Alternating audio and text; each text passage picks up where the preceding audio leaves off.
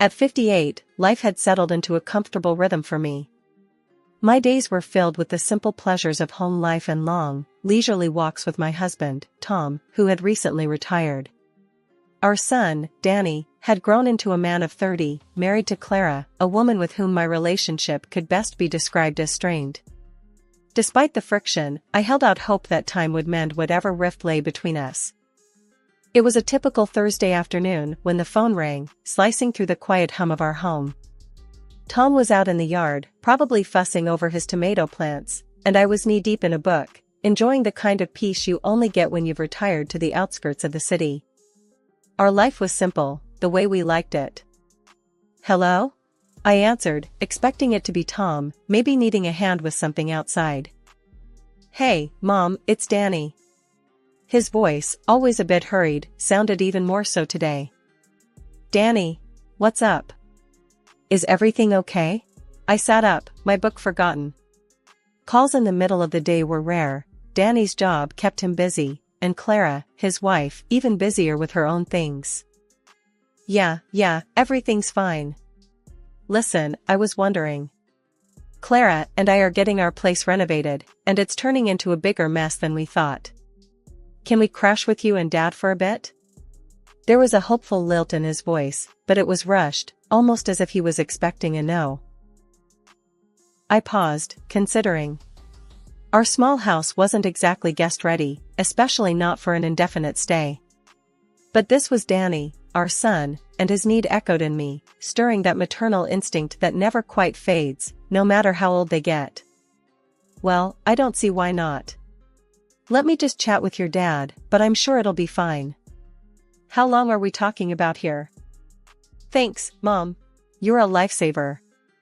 Just a couple of weeks, tops. I owe you one. The relief in his voice was palpable. All right, just remember, it's cozy here. You two will need to help out around the house, okay? Of course, Mom. Thanks again. We'll bring over our stuff this weekend. Hanging up, I couldn't help but feel a mix of excitement and apprehension. It had been a while since we'd had the house full. Danny moving out had left a quiet that Jack and I had grown accustomed to, filling it with walks, gardening, and the kind of togetherness that comes with having weathered many of life's storms side by side. Tom, I called out, stepping onto the porch. Danny and Clara are going to stay with us for a bit. Tom looked up from his tomatoes, wiping his brow. Oh? What's the occasion? Their apartment's a war zone, renovations gone wild. They need a place to crash. He chuckled, a deep, warm sound. Well, it'll be nice to have some extra hands around. When are they coming? This weekend. Better get the spare room ready then. And maybe stock up on coffee, you know how Danny is in the mornings. I laughed, the sound mingling with the rustle of leaves in the gentle breeze. I'll add it to the list. The weekend came faster than expected. Danny and Clara arrived with their belongings, a whirlwind of bags and boxes that seemed to spill into every corner of our once-ordered home. Clara, always a bit on the edge, seemed even more so, her eyes darting around as if assessing whether our humble abode was up to her standards. Thanks for letting us stay. We'll try not to be in the way, Danny said, dropping a heavy suitcase with a thud. It's no trouble, dear. You know you're always welcome here, I replied, shooting a glance at Clara, who offered a tight smile in return. Life at our house had taken a turn towards the chaotic since Danny and Clara moved in. I was doing my best, keeping the place tidy and cooking meals that could feed an army, or at least that's how it felt with 2 extra mouths to feed. Clara, on the other hand, seemed to think she was on some extended vacation, contributing nothing to the household chores. Despite only working half-days, her afternoons were spent either glued to her phone or watching TV. One day, after tripping over a pair of Clara's shoes left in the middle of the living room for what felt like the 100th time, I decided enough was enough. I found her lounging on the couch, absorbed in her phone as usual. Clara, do you think you could start picking up after yourself? Maybe even help out around the house a bit? I asked, trying to keep my voice even, though inside I was boiling.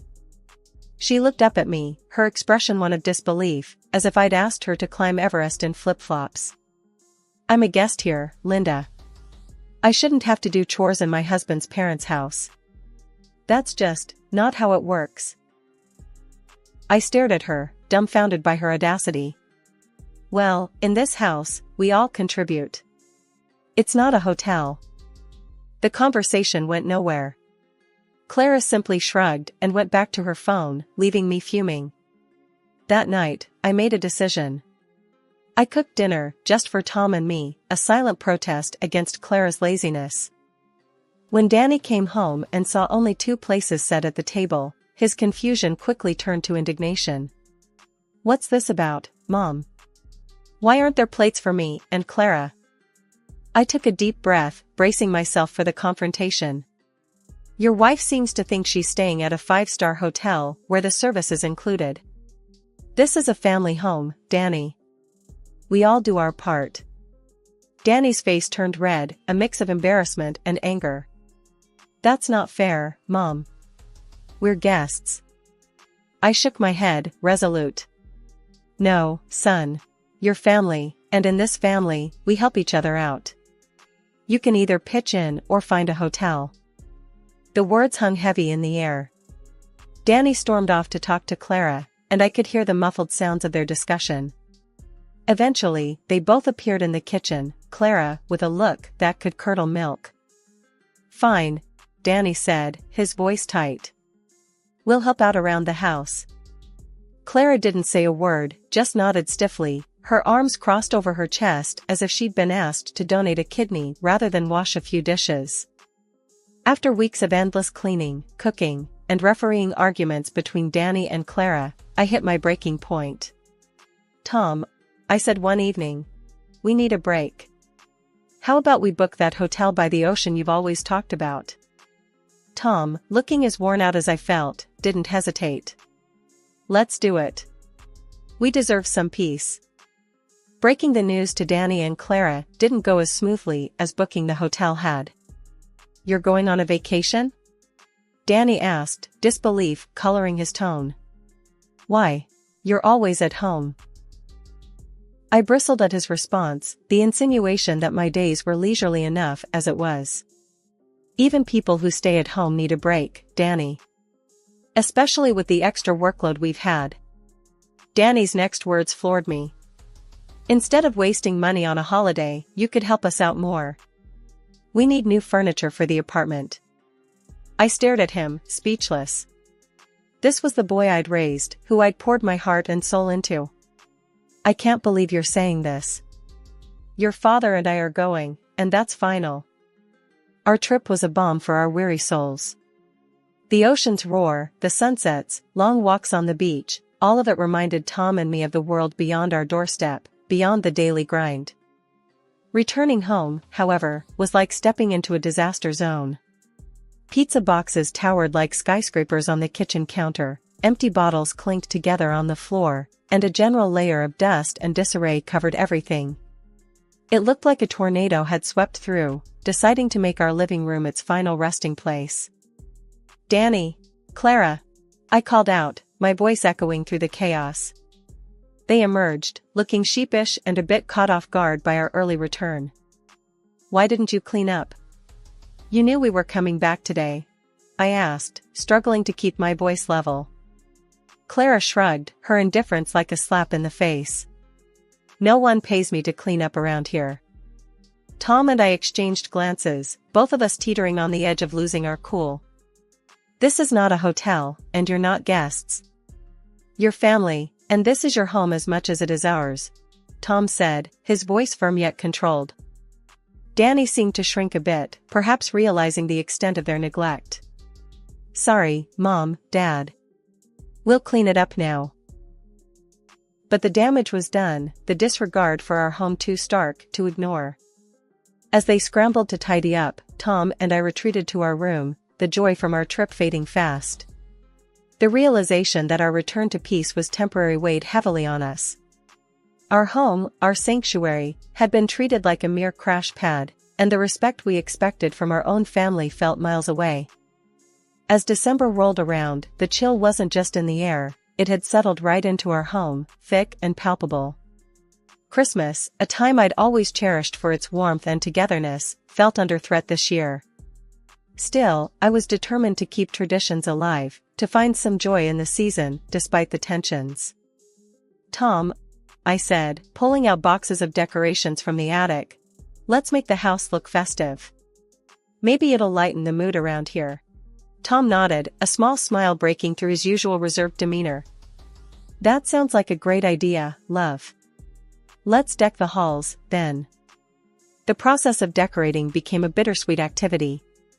Each ornament, each strand of lights, was a memory, a reminder of Christmases past when Danny was just a boy, his eyes wide with wonder at the sight of the tree all lit up. This year, however, Danny and Clara seemed more distant than ever. When I asked if they wanted to join in, Danny shrugged. "We're actually planning to go to the mountains for Christmas, just Clara and me." The news hit me harder than expected. "Oh, I see. Well, that sounds like a lovely trip," I managed to say, my voice steady, despite the pang in my heart. Clara, who'd been silent, finally spoke up. "Yeah, we thought it'd be nice to have a change of scenery. Besides, it's not like we're missing much here, right?" Her words, sharp and dismissive, stung. I bit my tongue, focusing on the garland I was untangling rather than the growing gap between us. Determined to inject some warmth into our strained relations, I thought of a simple yet hopeful gesture.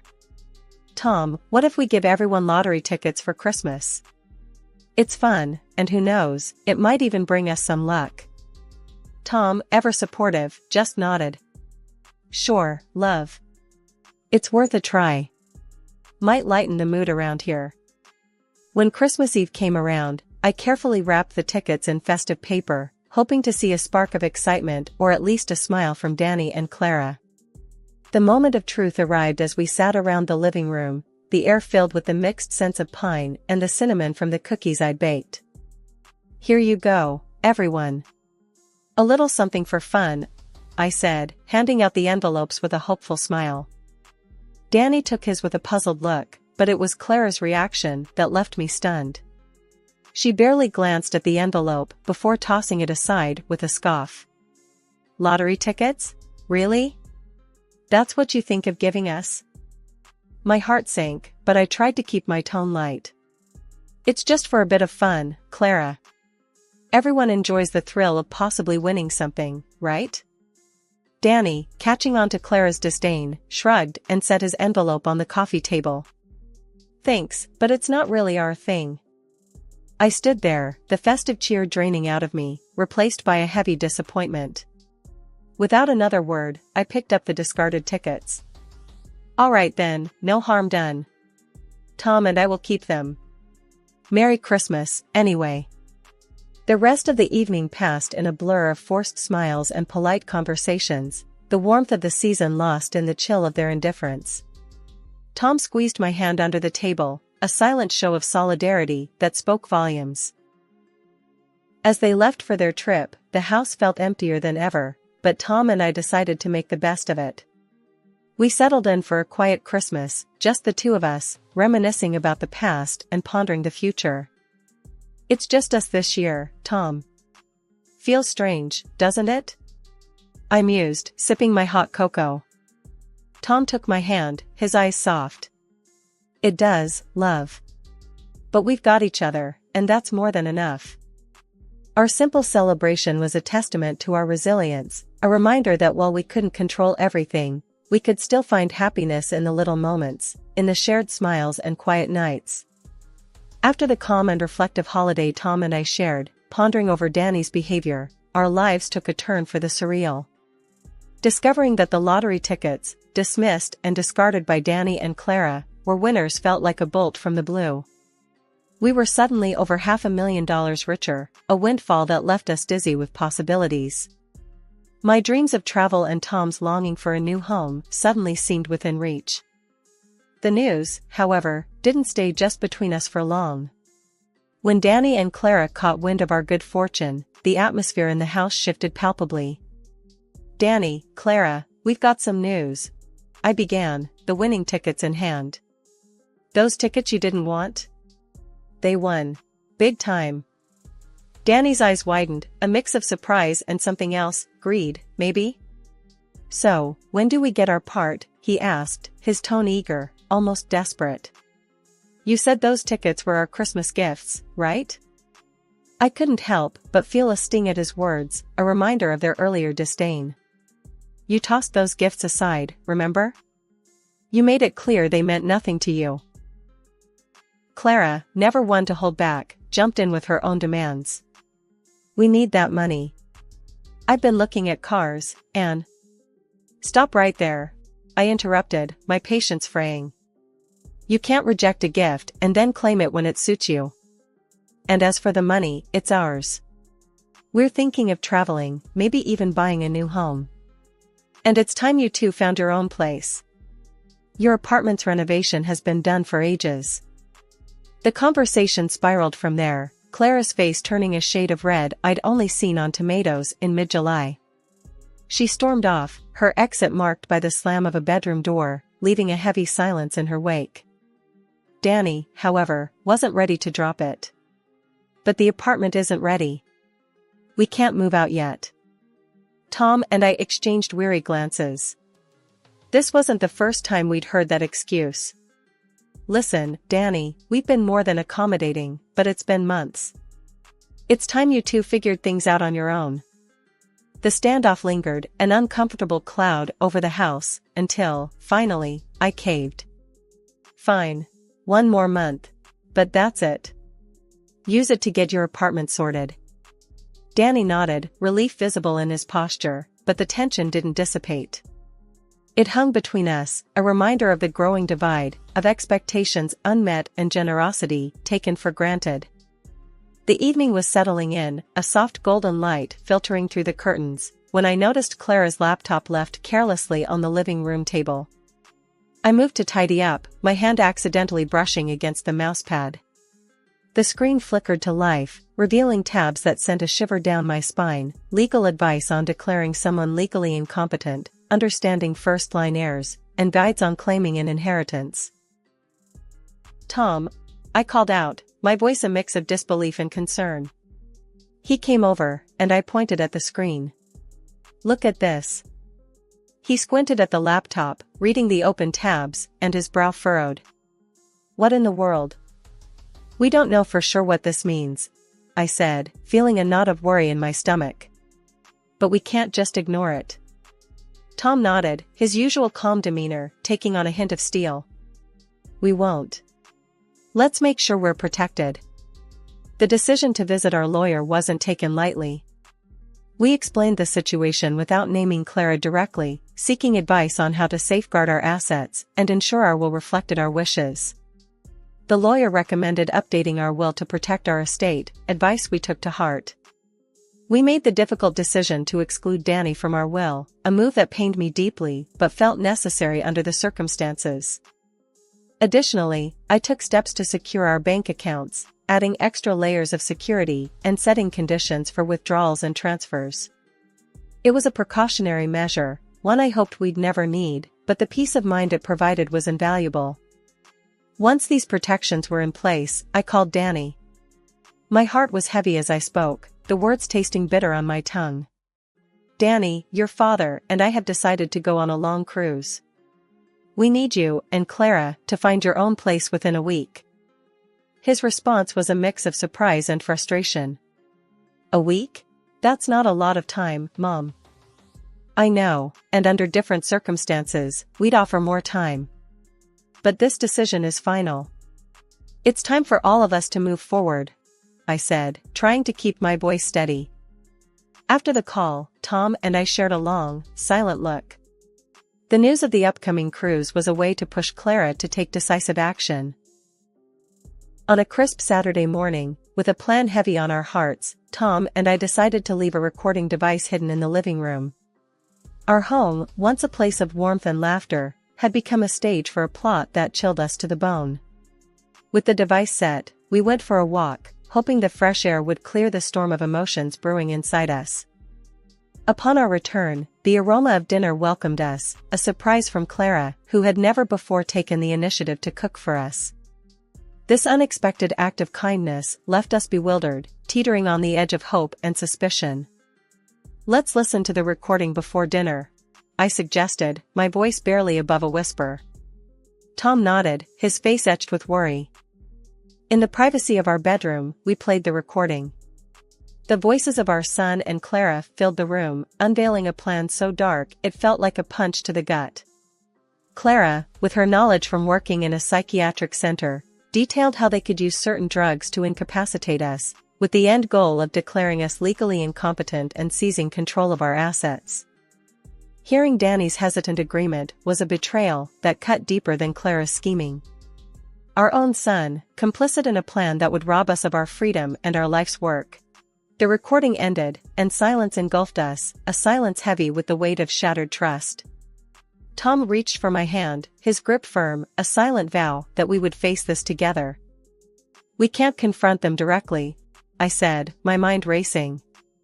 "We need to be smart, to protect ourselves and expose their plot without putting ourselves in danger." Tom agreed, his jaw set. "We'll play along for now, but we're taking steps to secure our safety and our assets. They won't know what hit them." The decision to act as if nothing had changed was one of the hardest I've ever made. To sit at the dinner table, sharing a meal Clara had prepared, knowing her intentions, required a strength I didn't know I had. We thanked her for the dinner, exchanging pleasantries while a storm raged within us. Our son, our flesh and blood, had been drawn into a scheme against us, and we were determined to find a way to reach him, to remind him of the values we had tried to instill in him. As we laid our plans, Tom and I knew the road ahead would be fraught with challenges. But together, we were resolved to navigate it with grace, to emerge not just unscathed but stronger. After the harrowing discovery and the tense days that followed, Tom and I decided to handle the situation with as much grace and caution as we could muster. We played along with Clara's plan, pretending that the effects of the supposed drugs had taken hold. The day she planned to administer the final dose, we had already set our plan into motion. That evening, as we sat down to what was supposed to be our last meal in our own home, the doorbell rang. Clara, confident in her victory, went to answer it, only to find the police on our doorstep.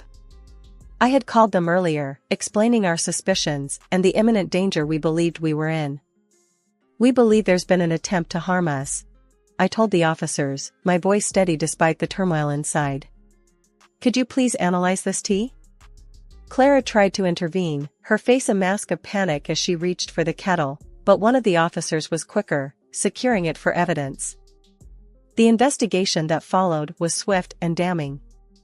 The evidence against Clara was overwhelming, leading to her conviction. While it pained me to see my family torn apart this way, the safety and well-being of Tom and I had to come first. We received a significant financial compensation, but no amount of money could repair the emotional and relational damage that had been inflicted. In the aftermath, Danny and Clara's marriage crumbled, and he moved away, starting anew in another city. Though our hearts ached for what could have been, Tom and I knew that some bridges were too charred to be crossed again.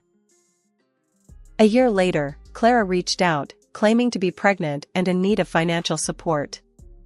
The call was a jarring reminder of the pain we had endured, but it also underscored the distance we had come. "You know that's not possible," I said firmly before ending the call and blocking her number. It was a definitive closure on a chapter of our lives we were eager to leave behind.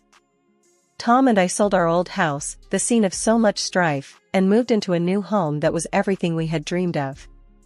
It was our sanctuary, a place where the shadows of the past could not reach us.